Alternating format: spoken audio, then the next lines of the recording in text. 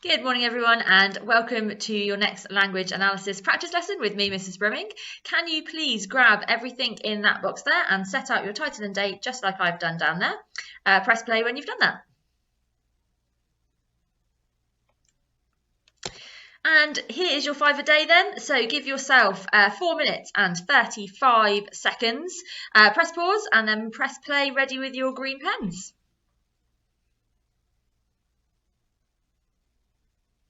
And 3, 2, 1, and green pens ready then, please. Here are your answers. Okay, check correct. And did you get that extension task? What are the connotations of scorpions? So scorpions are kind of concealed type of violence, something quite venomous, poisonous, okay, and that's kind of the state of Macbeth's mind at that moment in the play. He's not sure. Should I have killed King Duncan? Did I do the right thing? Do I need to go back and kill the witches? Okay, so his mind has been corrupted. It's been poisoned by his act of regicide. Okay, so today's lesson then, we're going to be, as always with me, we're going to be practicing analysing language. Why? Well, for that language exam, okay, so paper 1 and paper 2 both have language analysis questions on them, okay, as well as it being a really useful skill for all of your literature papers. So today, though, we're going to do an extract that actually featured on a past paper. So the previous 3 lessons, I've just been doing extracts that are kind of favourites of mine, but today we're going to actually look at a past paper question. So let's start with our retrieval practice. Now, you're not gonna need to pause this time because I'm going to stay with you and time you. So 35 seconds. Write down 1, 2, 3, 4, 5, 6 in your books. Okay, I'm done. So hopefully you are too. And I'm going to give you 35 seconds. Go.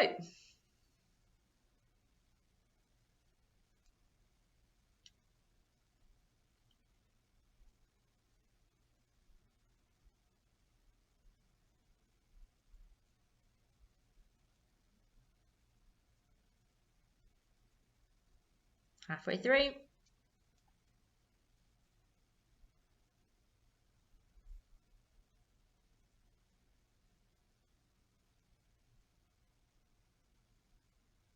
And 3, 2, 1. Pens up, drop, and show me those green pens, please. Here are your answers. Okay, so all the same as last week's ones, so we're really getting them stuck in our head. Just number 2 was different.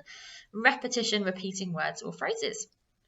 Okay, pause the video while you check and correct those answers, and then press play when you're done.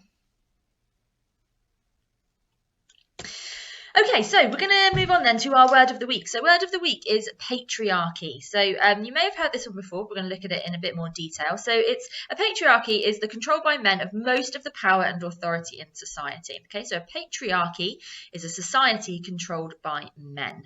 So pause the video while you copy that into your book, and then we'll delve into the word in more depth. So it is in itself, it's an abstract noun. So a noun is a thing, but an abstract noun, something that you cannot see or taste or touch. So patriarchy is an abstract noun, but you'd quite often see it used as an adjective. So you describe something as patriarchal. And it comes from the Greek word meaning the ruling father. Okay, so the patriarch would be the kind of ruling father figure of a household. Here it is in a sentence then. So, Edwardian society was patriarchal. Women were not allowed the right to vote until 1918. So why would a society that didn't allow women to vote be considered patriarchal? I will give you a bit of wait time here. So again, you don't need to pause. I'm going to give you 20 seconds of wait time.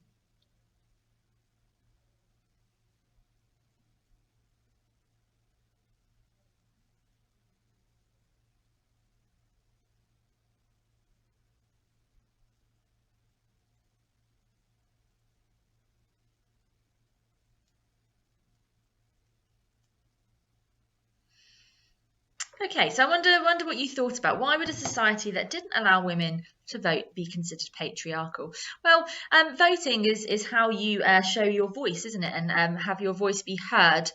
and to all of the things that make a difference. So not being allowed to vote means that your voice isn't being heard. Okay, so in a society where women's voices aren't being heard, then how are any of the ideas or anything kind of going to be based around what things are important to women? So therefore it would be a patriarchal society if a woman's voice was not allowed to be heard through their votes.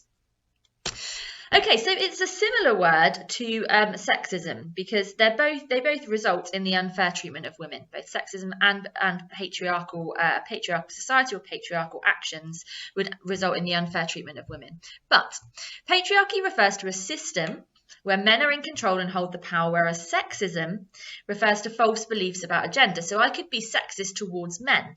All men are lazy. That would be a sexist point of view. Women aren't intelligent. That would be a sexist point of view. Whereas patriarchy is the system of men being in control. So you can live in a patriarchy and not be sexist. And you could be sexist but not patriarchal. Okay, so it's not the same thing. So here are 4 questions then. So 4 questions, 4 minutes, any order that you like, but make sure you're writing in full sentences. So pause the video while you complete those.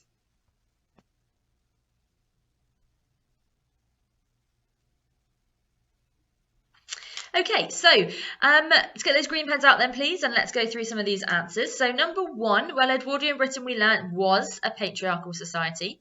How does Lady Macbeth subvert the patriarchy? Well, you may want to have used another word of the week there. She emasculates Macbeth, doesn't she? She emasculates him, takes away his kind of male power. She is involved in a murderous plot. That's subverting the patriarchy. Inland spectacles, that would be Mr. Burling is the patriarchal head of the household. And what evidence is there that today's society is still patriarchal? Well, I'd be really interested to hear your ideas on this one, but we have things like the gender pay gap. We still have some areas of the world where women aren't allowed to vote, women aren't allowed to drive. We have some inheritance laws that are still geared towards men. We have evidence, lots of studies were done. In fact, there was one really famous study in 2015 that showed that there were more in the top companies in the world, there were more people in charge called John than there were women at all. And if you look at across all companies, there are lots of examples of women not being equally represented. In our parliament, women are not equally represented. So is lots of evidence that today's society is still patriarchal. Okay, once you've corrected those answers, press play again, and then we can carry on with the lesson. Okay, so here are our 4 steps to success that we go through every week. We're going to go through them one by one. So step 1, you should be very familiar with by now. We're going to read the question and highlight the key word. You're going to be excellent at this because this will be the 4th time that we've done this. So here is our question for today. How does the writer use language to describe the Hartop family? Can you please write the question down and highlight the key words? So remember, the key words is what your response should be specifically focused on. Pause the video and do that now.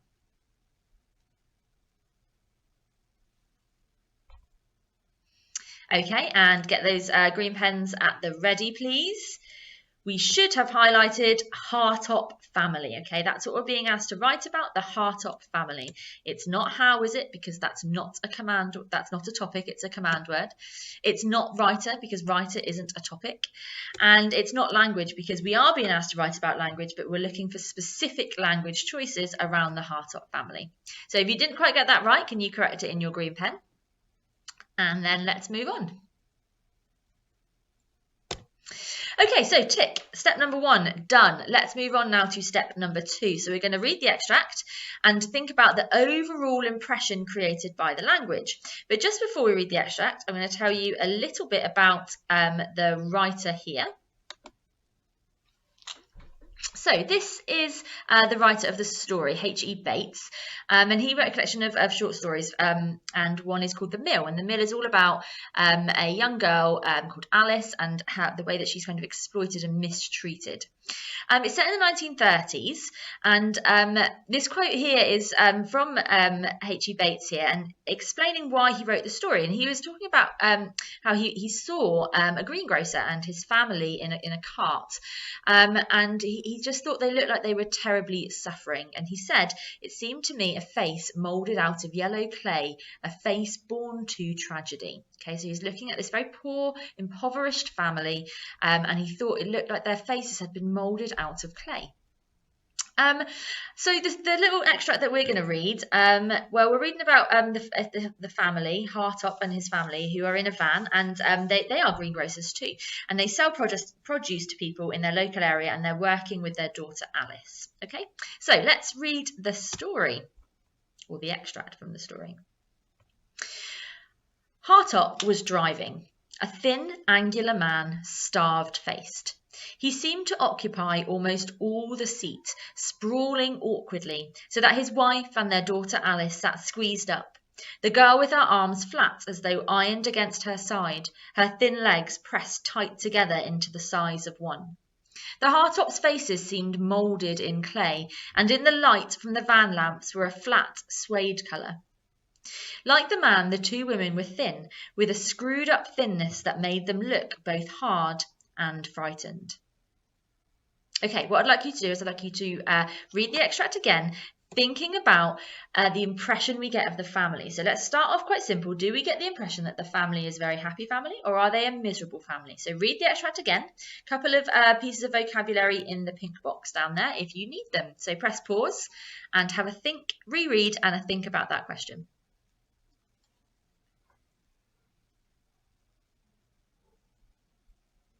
So, I don't think this is a very happy family at all. I think they don't seem very happy. And there are a few reasons why, which we'll talk about later. So what I want you to do is I'd like you to write down 7 to 10 words that give us that impression that the family are perhaps suffering in some way. So press pause while you do that, and then press play with your green pens at the ready, please.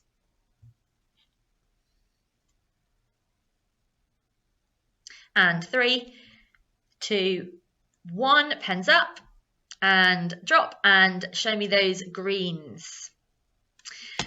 Here we go then. So these are all the ones I got. Maybe you got some more, but we get told that they are thin. Starved faced, actually I didn't put in green, but I very much could have done. Sprawling awkwardly, squeezed up, arms flat as though ironed against her side, thin legs pressed together tight in the size of one. Their faces seem moulded in clay. Thin, screwed up thinness, hard and frightened. If you haven't quite got 7 to 10, pause the video and add to your list. If you already do, really well done, and you can move straight on with me. So let's think about then. Saying that they're miserable isn't enough. We want to be much more specific than that. So I've given you 3 choices here just for these words. So thin, star-faced, thin legs, thin and thinness. Do those group of words, that first group of words, suggest the family are malnourished, are fearful, or are mournful? So mournful, remember, is very sad, almost like they're grieving. Malnourished means that they aren't eating enough, and fearful means scared and frightened. So can you pause the video and complete that sentence at the bottom with one of those 3 words?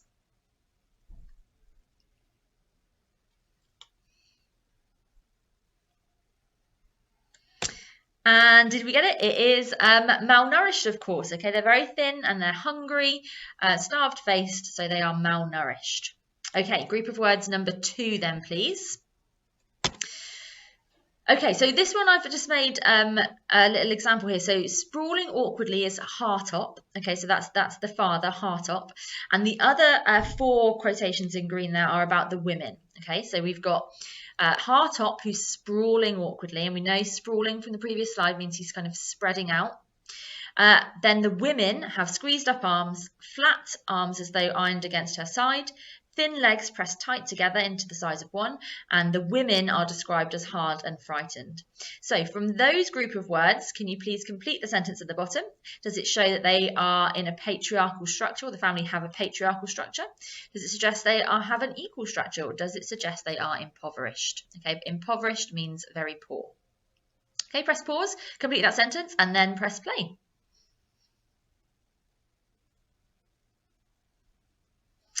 And green pens at the ready then, please.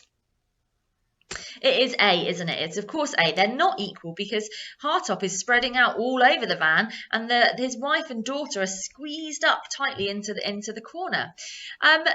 we know that they are impoverished, which we learnt from the previous slide, don't we? That they are very poor. However, these group of words don't show that. So the correct answer would be A. Right, let's move on to the third group of words then. So their faces seemed moulded in clay. They had a screwed up thinness, and they were hard and frightened. Their faces were hard and frightened. So do we get the impression the family are angry, are mournful, or are suffering? Can you, again, pause the video, write down the sentence at the bottom with the correct word.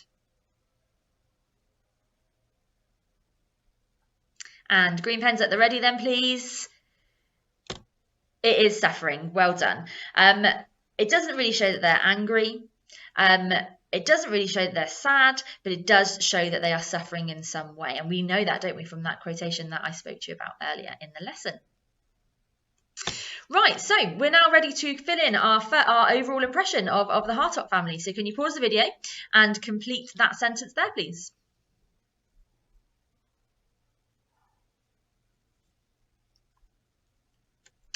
And 3, 2, 1. Here we go. Here's our answers. So they're malnourished, they're suffering, and they have a patriarchal structure where Hartop is definitely the one who is in control there. Okay, so well done. That's now step number 1 done and step number 2 done. Now let's move on to step number 3. We need to find the most striking and significant language choices. So here is the extract again, and I would like you this week, please, to find me an example of a simile, of a metaphor, and of some repetition. So what is the word that is repeated throughout the extract? So press pause and find me those. If you don't remember what the definitions are, go back to your retrieval practice.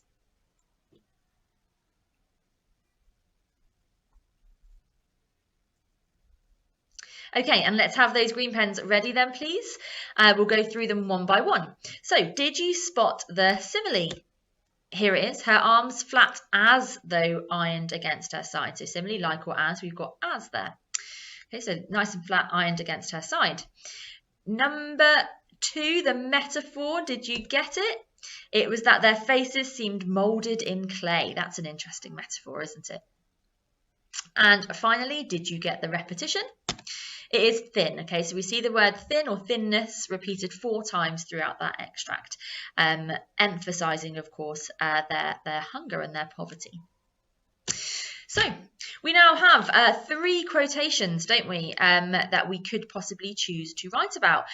Which one are we going to choose? Well, we spoke last week, didn't we, about metaphoricity. Okay, so some metaphors being more powerful than others.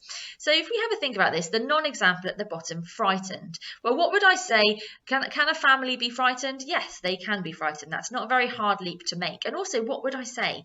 The word frightened shows that the family are frightened. That's not going to get me very many marks. So we have 3 good choices here.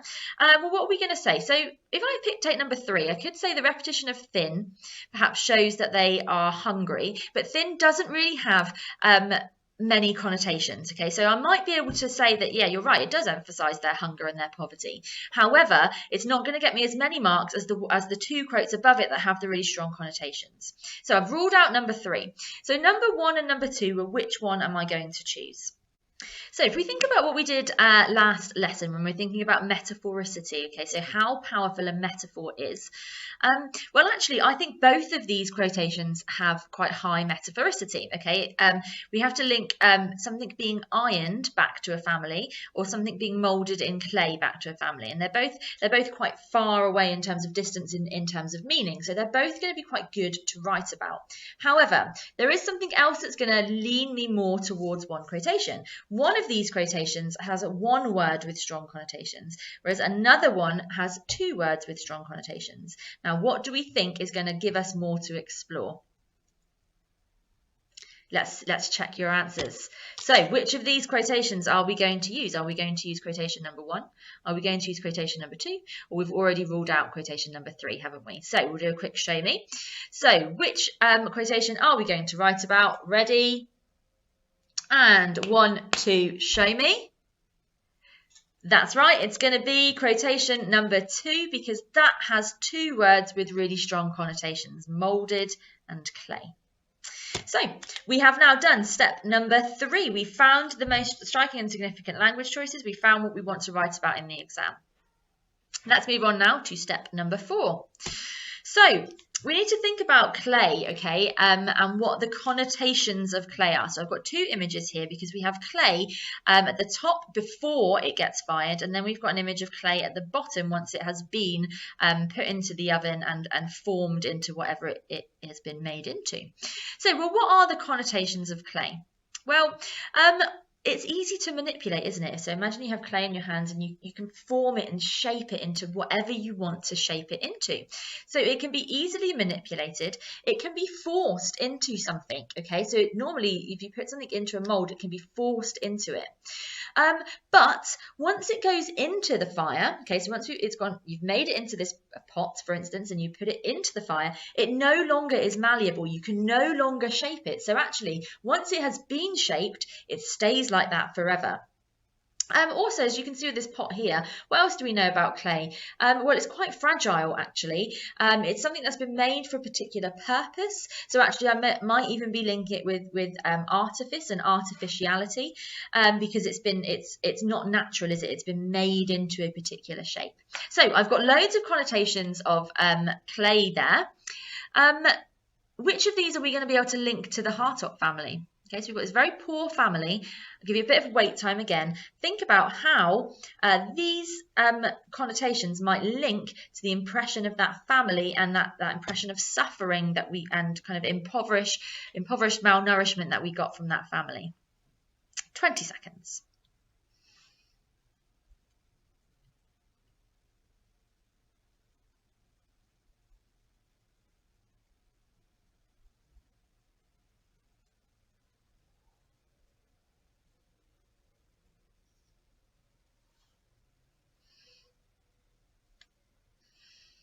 Okay, so let's start writing down some of those ideas that you have just had. So draw your table out nice and straight with a ruler, please. We've got the connotations there. So moulded has connotations of being easy to manipulate, of being forced into doing something. Clay has connotations of artifice or something artificial, and fragility, fragile. So write those down, and then can you write down your ideas that you just thought about? How do those connotations link to the Hartop family? What does it suggest to the reader about the Hartop family? So pause the video and fill in that table as best you can.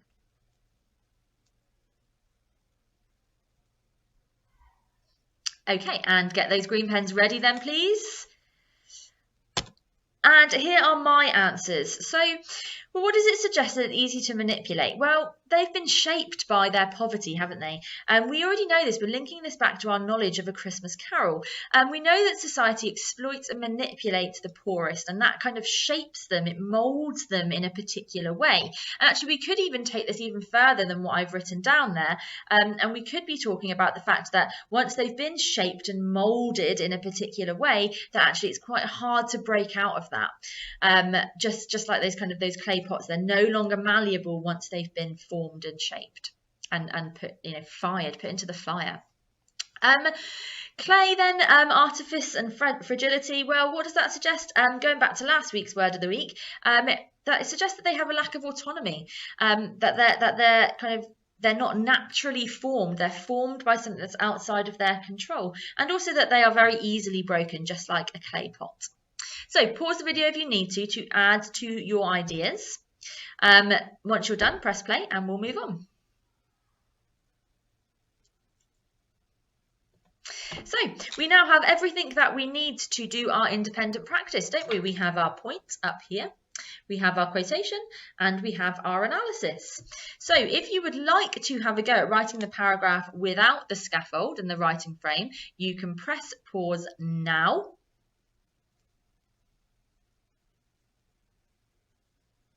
And if you're still with me, here comes the writing frame. So write the full paragraph out, please, and I will be back with you soon.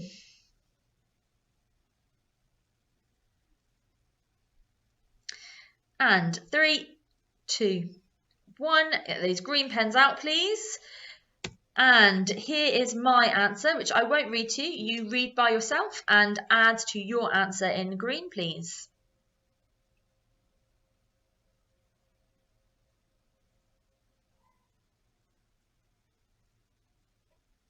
And once we're done then, that is the end of today's lesson. So we have done all 4 steps once again. Really well done, everyone.